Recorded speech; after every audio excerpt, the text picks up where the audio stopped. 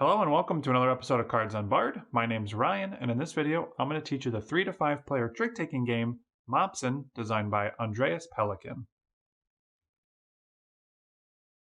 The components in Mopsen consists of 56 playing cards, 3 dog suits numbered 1 to 16 in red, blue, and yellow, and 1 cat suit in green numbered 1 to 8. The game also comes with 5 feeding bowls that are double-sided depending on the player count, and 4 jostle cards for pecking order. In Mopsen, players will be playing cards into a trick in order to either score points or influence the pecking order and take more cards into their hand. After a number of tricks have been played during the round, players will count up the bones they collected, and after 3 rounds, the player that's collected the most bones wins. To set up for a game of Mopsen, first shuffle the 4 jostle cards and place them in the middle of the table. The order of these cards will be important during gameplay. We will be putting the main playing card deck at the very top of this shortly, but for now make sure all players around the table are aware the order of these cards. In this situation, blue is the top card and yellow is the bottom card. Next, give each player one of the feeding bowls. Depending on the player count, make sure you have it flipped to the appropriate side. This would be for a 3-player game, and this would be for a 4 or 5-player game. In this video, we'll be setting up for a 4-player game, so we'll hand out 4 feeding bowls on the 4 and 5-player side. Any unused feeding bowls can be returned back to the box as they will not be used in this game. You'll also need to keep track of the score. The game recommends using paper and a pen or pencil. However, any suitable scoring tracker can be used instead. Throughout this video, I'll be using the Smart Game chips, which I do have a video on if you want to find out more information about those. Next, shuffle the main playing card deck and deal 8 cards to each player, and place the remaining cards in a face-down pile above the top card in the pecking order. Players may look at the 8 cards that were dealt to them, but make sure to keep them hidden from all other players. And finally, randomly choose a start player. Before the first trick is played, each player may discard up to 3 cards in their hand and draw back up to 8 cards in total. So the start player will look at their hand and decide if they want to discard any of these 3 cards, up to 3 in total. And the reason why you may or may not want to get rid of things is dependent on trick play and the number of bones or points that you can score in a round. Typically, if you want to take a lot of tricks, you'd want to keep your high numbers, but if you get rid of them, you can actually score bones equal to what's shown on your card. And sometimes that's actually worth more than the bones you'd collect from trick play. As you can see on all the cards in the middle, they show you the number of bones they are worth. I'll get to how you're going to collect those shortly, but that's what you're looking at when you're deciding if you want to get rid of any cards, as well as, of course, trying to short suit yourself and get rid of a color you might have. So maybe this player decides to get rid of this 1 red card. Whenever you discard cards, they'll go face down near the draw pile. Of course, as this draw pile starts to get lower, make sure you know the difference between the two. So I typically just put the discard pile in a different orientation from the rest of them, or you can just try and keep it even further away from play. Obviously, keeping it on camera, I'm just going to put it there for now. But they discarded 1 card, so now they're going to draw 1 card back into their hand, and they didn't get a red card back, so they're kind of happy about that. Now, all players would be doing this at the same time, and let's just say each player decided to keep their hand, so only this player got rid of 1 card. So now we're ready to begin the actual trick play. And the first player to play into the trick may play any card from their hand. So looking at their hand here, they are going to decide to play this 16 blue. Whenever you play a card, just make sure you play it face up in front of your feeding bowl. And then it goes to the next player in clockwise order to play a card. Mopsen is a must-follow trick-taking game, which means if you have a card of the matching suit, you must play that card. So blue was lead, so this player does have a blue 1, so they would have to play that card. However, the cats don't care about the rules. They can actually ignore the requirement of must-follow. So if you happen to have any cat cards in your hand, you may choose to play these even if you have a card that matches lead suit.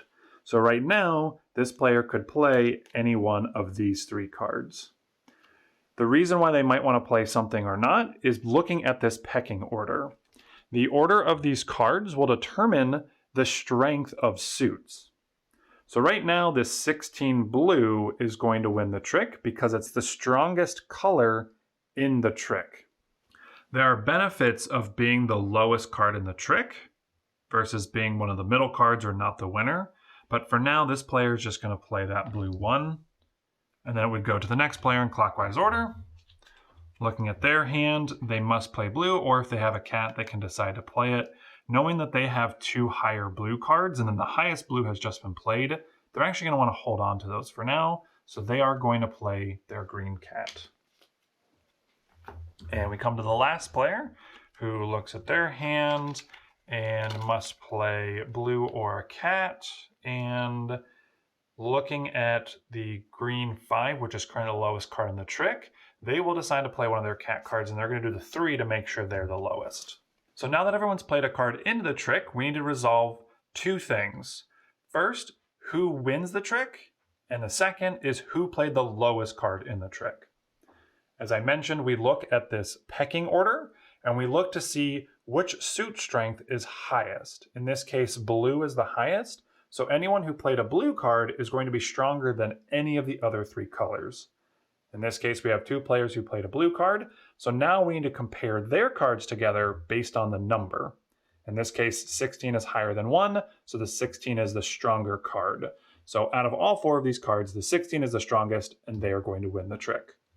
The winner of the trick will always take their card that they played and place it face up on top of their feeding bowl. This is now covering up any bones that were showing on their feeding bowl. As I mentioned, bones are points, so this player was going to score 5 points at the end of the round, but this card is now covering it up, so they're only going to score 1 point at the end of the round.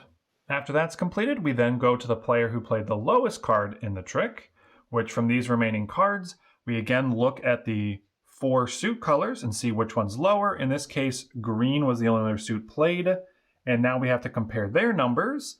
3 is lower than 5, so 3 is the weakest card, so they have lost the trick or played the lowest card into the trick. So they will get to take one of the cards from the trick back into their hand. However, you can never take back the card that you just played, so the first thing to do is discard the card they played. When you do this, the other thing that's going to happen is the pecking order is going to change. The suit of the card that you played goes to the top of the pecking order, and everything else drops below it. So now green is going to be stronger than the other 3 suits.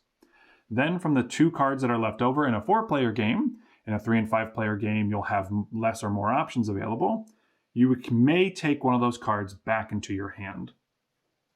So this player can look at their hand again and decide if any one of those cards could be helpful.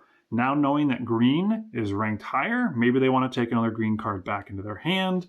That is a blue 1, which is worth a lot of bones. Maybe they can find a way to get that card to be worth something for them.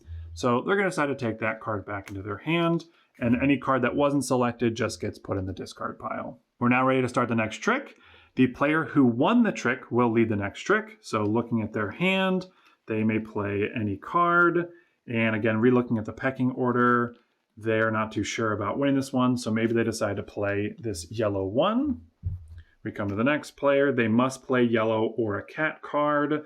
They're going to go with the 15. The next player over here only has a yellow card and no cat cards, so they must play that yellow 8.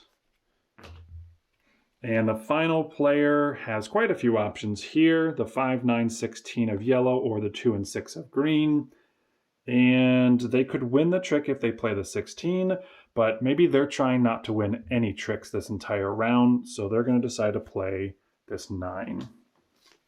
So in this case, all 4 players played the same suit, so we only have 1 suit to compare. Now we just need to see the highest number. In this case, it's the 15.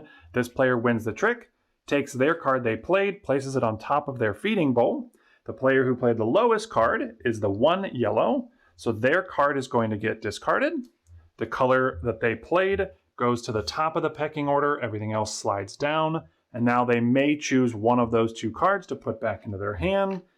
Knowing what they have and knowing what was played in yellow, there's a good chance that they can keep those, assuming yellow stays high, so maybe they feel good about that and will take the 9 into their hand, and the 8 will get discarded. The player that won the trick will then lead the next trick, and you're going to keep doing this in clockwise order until one or more players has run out of cards. Now keep in mind that some players, when they play the lowest card, is going to draw a card back into their hand. So some players will have more cards in their hand than others throughout the round. But as soon as at least one player is completely out of cards, that is when the round will end, at which point you will then proceed to scoring. To complete scoring, each player will check their pile and count up the number of bones on all cards they collected. One thing to keep in mind, there are bones on the top and the bottom of the card. That's just there in case the orientation of the card gets rotated during gameplay, but you only ever count the number of bones the one time. So that green 4 is only 2 bones, not 4 bones. The red 10 is only 2 bones and not 4 bones, and so on and so forth. An additional reminder, do not count the dog bones on your feeding bowl if you've collected any cards during trick play. You only score those points if you collected no cards during trick play. After all players have calculated the number of bones they've collected, you will also score 1 point for each card left in your hand. After all players have counted up all of their points, you'll shuffle the main playing card deck, deal 8 cards to each player, and start a new round. When starting a new round, you do not need to change the order of the jostle cards. You can just leave them in the order they were at the end of the previous round and start from there. After 3 rounds have been played in the exact same way as described earlier, the player with the most points wins. Otherwise, that's everything you need to know to play Mopsen. If you have any questions or comments, please leave them below and I'll get to them as soon as I can. Thanks so much for watching.